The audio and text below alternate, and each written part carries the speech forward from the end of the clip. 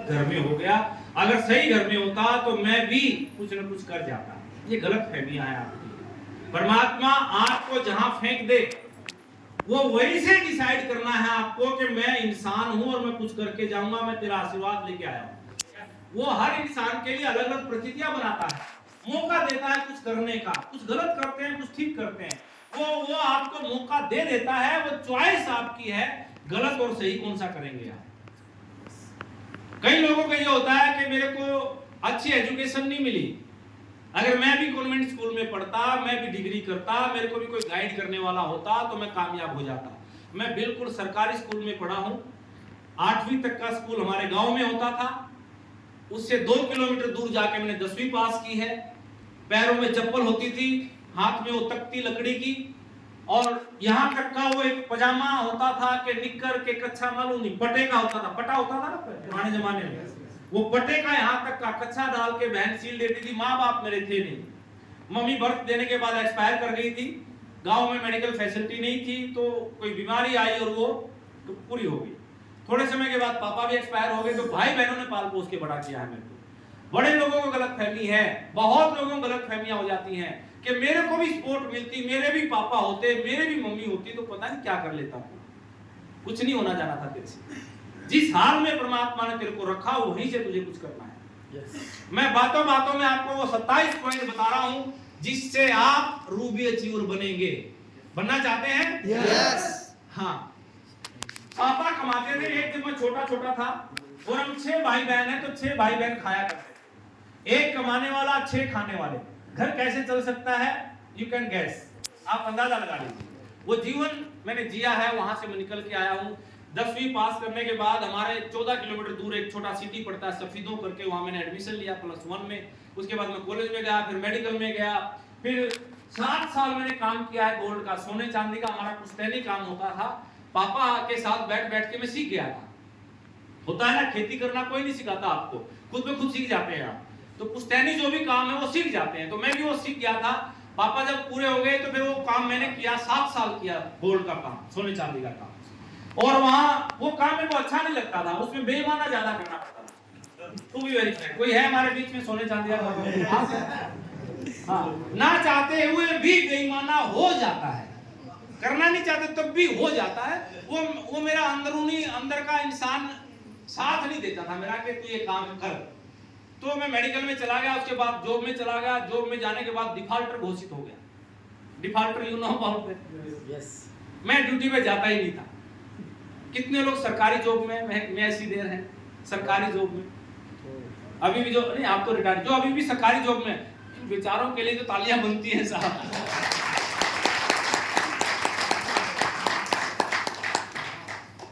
तो ये एक ऐसी जिंदगी है हमारी बीच की। कुछ तो लोग हमारे बॉस होते हैं और कुछ के हम बॉस होते हैं, बीच में लटक रहे हैं, बीच में। और इधर वाला भी अच्छा है, इधर वाला, बीच वाला कभी अच्छा होता है? बीच वाला समझते हैं? एक बार अकबर बीरबल के दरबार में अकबर का साला भी बैठता था, और ये शर्त लग गई कि बीरबल से अच्छा मैं हूं, मेरे को बड़ा मंत्री आप क्यों नहीं बनाते, बीरबल को क्यों अपने साथ रखते हैं। तो अकबर ने बीरबल को बुलाया कि बीरबल भाई ये ऐसे ऐसे बात कर रहा है कि ये ठीक बोल रहा होगा साहब, आपका साला है तो मैं क्या कह सकता हूं। तो उसने अकबर था तो बोले साबित कर दो कि तुम इससे अच्छे हो या तुम इससे अच्छे हो, कोई बड़ा मंत्री बन जाए। तो उसका साला बोलता है कि अगर ये मेरी बात को पूरा कर दे, इस धरती पर कितने इंसान हैं और कितने मेल फीमेल कितने हैं, कितने मेल हैं और कितने फीमेल हैं, वो ये गिन के ला दे तो मैं इसको मैं अपना गुरु बना लूंगा और ये बड़ा मंत्री बन जाएगा। बीरबल, बीरबल तुझे ये बात मंजूर है? मंजूर है साहब, मेल फीमेल गिनने में गिन के ले आऊंगा, 1 महीना मुझे लगेगा। बोले ठीक है, तेरे को 1 महीना दिया। 1 महीना बीरबल घर में आराम से लेकर, पूरा आराम से लेकर। अच्छा, जो अकबर का साला था ना वो किन्नर था, किन्नर, किन्नर समझ गए ना? हाँ, ट्रांसजेंडर। तो वो ट्रांसजेंडर था।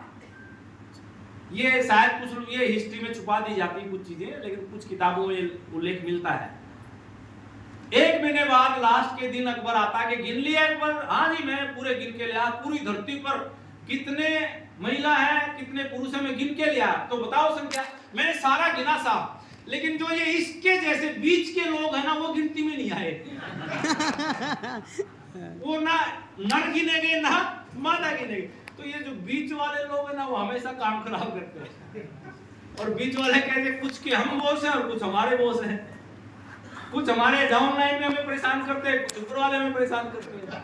ये सरकारी नौकरी के बारे में एक लाइन है, पेट लाइन है, बहुत फेवरेट लाइन है और बहुत निचोड़ के बाद निकाली गई है।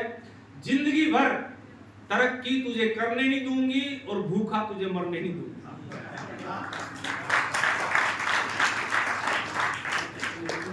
एक रिचर्ड करके एक राइटर हुए हैं, उन्होंने लिखा है आप नौकरी में हैं और मैं ये बात दिल से कर रहा हूं और ये हौसला ले रहा हूं क्योंकि मैं भी सरकारी नौकरी में अभी भी हूं। I am doing this business part time, इसलिए मुझे ये बोलने में डर नहीं लग रहा। अगर मैं रिटायर्ड होता या मैं छोड़ के आ गया होता तो फिर लगता कि मैं गलत बोल रहा हूं, लेकिन मैं अभी भी नौकरी कर रहा हूं और पार्ट टाइम आश्रम कर रहा हूं। हेलो यस, एक नया लेसन सीख सकते हैं। आप जो भी काम कर रहे हैं उसके साथ साथ आरसीएम को पकड़ो और रोबी अचीवर बन जाओ। यस, मैं बिल्कुल उस लाइन को हमेशा दिमाग में रखा। मैंने लंबे समय कई स्टेजों से मैंने सुना बोला कि नौकरी में आपको सुबह उस इंसान को नमस्ते बोलनी पड़ेगी जिसका चेहरा भी आप देखना पसंद नहीं करते।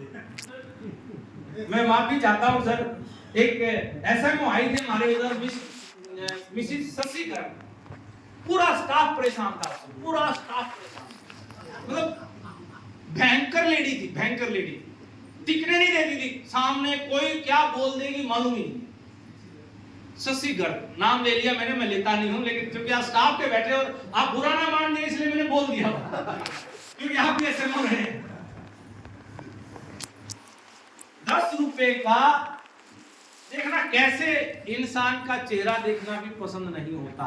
नौकरी में डस्टबिन होता है, 10 रुपए का डस्टबिन किसी कर्मचारी ने खरीद के अपनी टेबल के पास रखा, कोई बड़ी बात नहीं है, कागज फेंकने होते हैं। और कितने का था? 10 रुपए। आज भी मुझे याद है 10 रुपए का ही आता था, आज तो 100 रुपए का आ रहा होगा शायद, उस जमाने में 10 रुपए का आता था। उस 10 रुपए के लिए उसने उसको 10 डांट पिलाई, 10 बार वो उसका बिल चेक करवाया, अलग अलग अकाउंटेंट के 10 का आता है ना, चेक करो 10 का बराबर है ना, क्या चेक करो। इतनी खड़ूस लेडी थी और उसको सारा स्टाफ जाके रोज उसके ऑफिस में जाके मैडम नमस्ते, फिर अपने काम पे जाता। कोई पसंद करेगा ऐसी लेडी को? माफी चाहता हूँ, आप बहन हैं सारी मेरी, लेकिन मैं ये बात रोक ही नहीं पा रहा हूँ क्योंकि दिल से निकल रही है और उनके लिए निकल रही है जो सरकारी नौकरी में है। मैं ये कहना चाहता हूँ आप नौकरी के साथ साथ आरसीएम कर लीजिए, ये आपको ताकत देगा। नमस्ते तो उसको करनी पड़ेगी, लेकिन ये ताकत दे देगा, वो मन मार के नहीं करोगे, आप दिल से करोगे। मैंने उस लेडी से एक बात सीखी, उसी खड़ूस लेडी से मैंने एक बात सीखी और सदा के लिए अपने दिल में उतार ली कि अगर इसके अंदर ये खूबी है ना और ये खूबी मेरे अंदर आ जाए, मैं कमाल का बन जाऊं। वो अगर ऑफिस में थी तो फिर ऑफिस में थी, 9 से 4 पैक टाइम था ड्यूटी का, 9 बजने से 2 मिनट पहले वो ऑफिस में प्रेजेंट रहती थी। कुछ भी हो जाए, बारिश आ रही है, वो ड्राइवर को लेके आएगी, वो खुद चला के आएगी, वो बच्चे को लेके कुछ भी आएगी, लेकिन 9 बजने से पहले ड्यूटी पे, सीट पे। और क्या मजाल 4 बजे से पहले वो सीट छोड़ दे। एक खूबी मैंने उसके अंदर नोट की और मैंने बोला कि यार इस एसएमओ मैडम से अगर मैं ये बात अपने कैरेक्टर में ले आऊं कि पंक्चुअल ऑफ द ड्यूटी कैसे बना जाए, पंक्चुअल कैसे बना जाए, तो मैं भले ही ड्यूटी पे पंक्चुअल ना, अपने काम में पंक्चुअल हो जाऊं, अपने घर में पंक्चुअल हो जाऊं, तो जिंदगी कितनी शानदार हो जाएगी। और मैं जब भी फिर जाता, मैं सुबह नमस्ते करता, चेहरे पे मुस्कुराहट लेके जाता, आंखों में चमक लेके जाता और मैं बोल के आता, मैडम नमस्ते नमस्ते, आपसे पंक्चुअलिटी एक दिन चुरा लूंगा। और उसका रवैया मेरे प्रति चेंज होता चला गया। डेली मैं बोलता रहा मैं आपसे ये पंक्चुअलिटी चुरा लूंगा।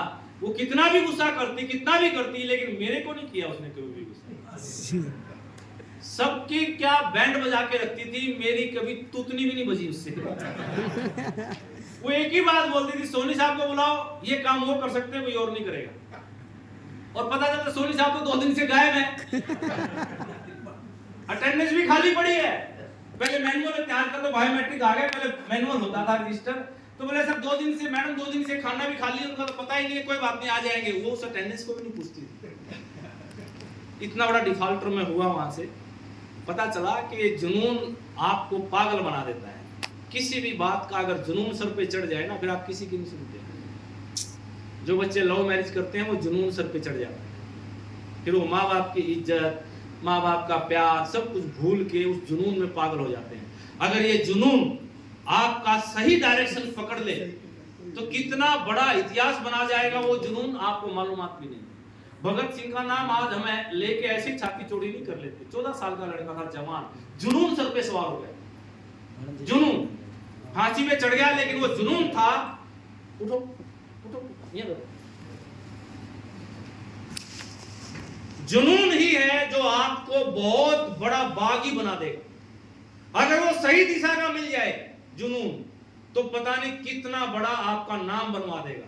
और अगर उसी जुनून को आप गलत दिशा में ले गए, खाक में मिला देगा, खाक में मिला देगा। वो जुनून मेरे अंदर सवार हुआ। मैं बहुत अड़ियल लड़का था, बहुत अड़ियल। पूरे परिवार में सबसे छोटा हूं मैं। 17 लोगों का परिवार था हमारे हरियाणा में। 17 लोगों का खाना एक चूल्हे पे बनता था। ज्वाइंट फैमिली का कल्चर है हमारे हरियाणा पंजाब में। और दूध दही होता है, सब्जी उब्जी हम ज्यादा नहीं खाते। भैंस होती थी, गाय होती हैं, दूध निकाल लिया, सुबह दही बना ली, उस दही से रोटी खा ली, दिन में अचार के साथ गुड़ रख लिया, गुड़ से रोटी खा ली, शाम को दूध के साथ रोटी खा ली। ऐसे चली जिंदगी। तो एक भाभी थी हमारी, वो सुबह का खाना बनाते बनाते हमारा 17 लोगों की रोटी बनाती थी। वो रोटी खत्म होती थी, अगला फिर वो आटा उसके अंदर गूंथने का टाइम आ जाता था। मैं सबसे छोटा था, सबसे पहले मेरे को खाना दिया जाता था। माँ बाप नहीं थे तो ज्यादा प्यार देते थे और ध्यान रखते थे छोटी छोटी चीजों का। तो उस प्यार ने मेरे को बड़ा अड़ियल और गुस्सैल बना दिया। इतना गुस्सैल बना दिया कि वो भतीजे भतीजी जितने भी थे मेरे सामने आने से डरते थे। पटाक थप्पड़ आता था, 1 मिनट में थप्पड़ आता था मुंह पे, और वो सारे डरते थे मेरे से। इतना गुस्सैल था। आरसीएम है साहब, अब गुस्सा नजर भी नहीं आता कहाँ है। जितने भी लोग देखते हैं, कभी गुस्सा देखा आप लोगों ने? वो कहाँ पी गया आरसीएम, मालूम आती नहीं। वो अड़ियलपना खत्म नहीं हुआ। उस अड़ियलपने की वजह से मैं रूबी पे आ गया। वाह, यस। कैसे देखिए, मैसेज 27 होंगे, गिन लेना, लेकिन आपने लेने पड़ेंगे।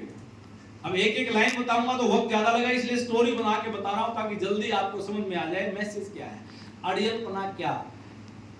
आरसीएम में ज्वाइनिंग हो गई और ड्यूटी भी ज्वाइन कर ली, सेम दोनों काम लगभग, अब एग्जैक्ट मेरे को डेट याद नहीं है, लेकिन उसी साल में हुए थे।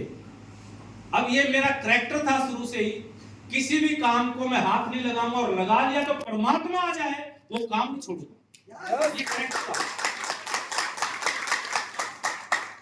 एक दोस्त गांव में ताश खेलते थे, हम हरियाणा में ताश खूब खेले जाते हैं, सारा दिन ताश। 7 साल सुनार का काम किया तो ताश भी खेलते थे दिन में। गांव का माहौल था, काम कर लिया 2 घंटे, बाकी सारा दिन ताश खेलते।